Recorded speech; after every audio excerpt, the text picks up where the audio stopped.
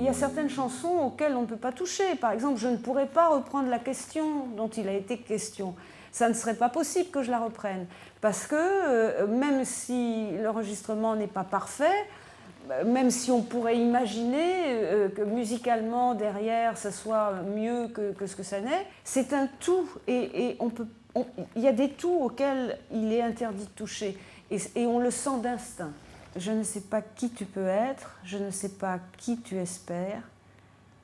Je cherche toujours à te connaître, et ton silence trouble mon silence. De ta distance à la mienne, on se perd bien trop souvent, et chercher à te comprendre, c'est courir après le vent. Tu es le sang de ma blessure, tu es le feu de ma brûlure, tu es ma question sans réponse, mon cri muet et mon silence. Je ne sais pas qui tu peux être. Il n'y a pas d'amour heureux parce qu'il n'y a pas de vie heureuse, parce que tout ce qui a pour destinée de se terminer un jour, et tout ce qui est condamné à l'avance, est forcément malheureux. C'est la condition humaine, c'est pas tellement l'amour, c'est la vie, quoi. C'est la condition humaine qui veut ça. Même si on est très heureux avec quelqu'un, c'est impossible de l'être à 100%, parce qu'on sait que ça va s'arrêter. D'une manière ou d'une autre, on sait que ça va s'arrêter, le verre est dans le fruit. J'ai beaucoup vécu en fonction des sentiments. Et je crois que j'ai beaucoup appris sur ce plan-là, mais évidemment, le prix à payer pour apprendre sur ce plan-là, c'était d'en baver. Bien évidemment, c'est le fait d'avoir une affectivité difficile qui vous porte au-devant de frustration qui est une source d'inspiration majeure pour les chansons. Est-ce qu'il aurait mieux valu que je fasse tout à fait autre chose et que je sois plus épanouie? Je ne sais pas. Il y a d'autres personnes que j'aime, je sais pas qui. Ici, il y a Françoise, bien entendu. Vous savez, la petite grosse.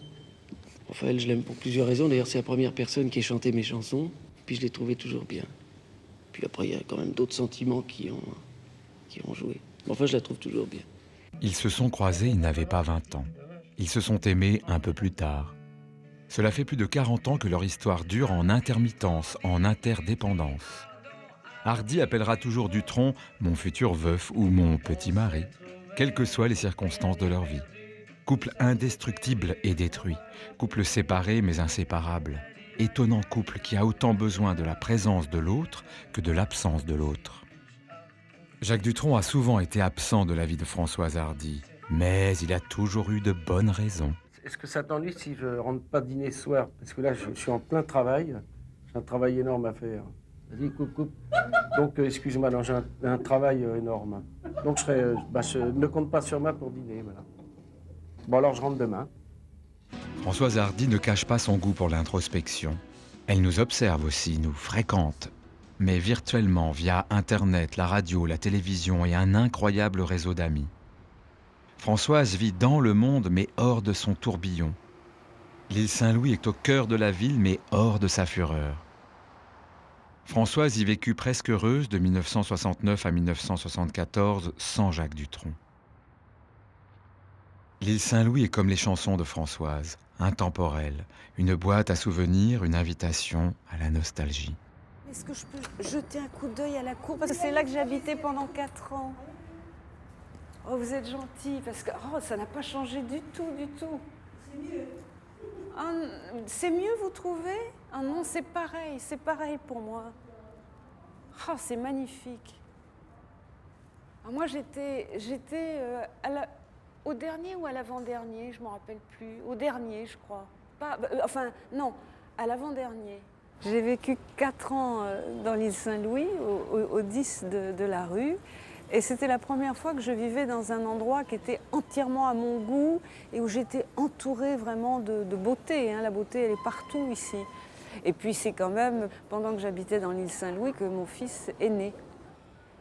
J'ai rêvé d'avoir un enfant pendant très longtemps. C'était quelque chose de très important pour moi. Je ne pouvais pas envisager ma vie sans avoir à un moment ou à un autre un enfant. C'est vrai que ce n'était pas facile d'amener Jacques à mes vues, si je puis dire.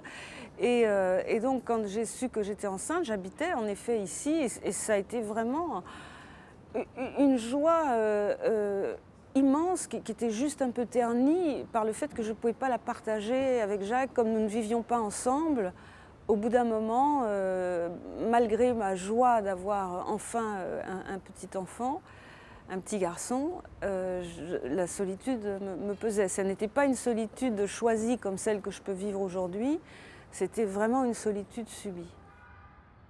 C'est aussi au 10 de la rue Saint-Louis-en-Lille que Michel Berger est venu me jouer au piano la mélodie de Messages personnels. Et j'ai tout de suite su, en l'entendant, qu'il y avait le petit plus qu'on espère toujours, enfin un petit plus magique, qui fait qu'on a vraiment des fortes raisons de penser que la chanson va trouver un public.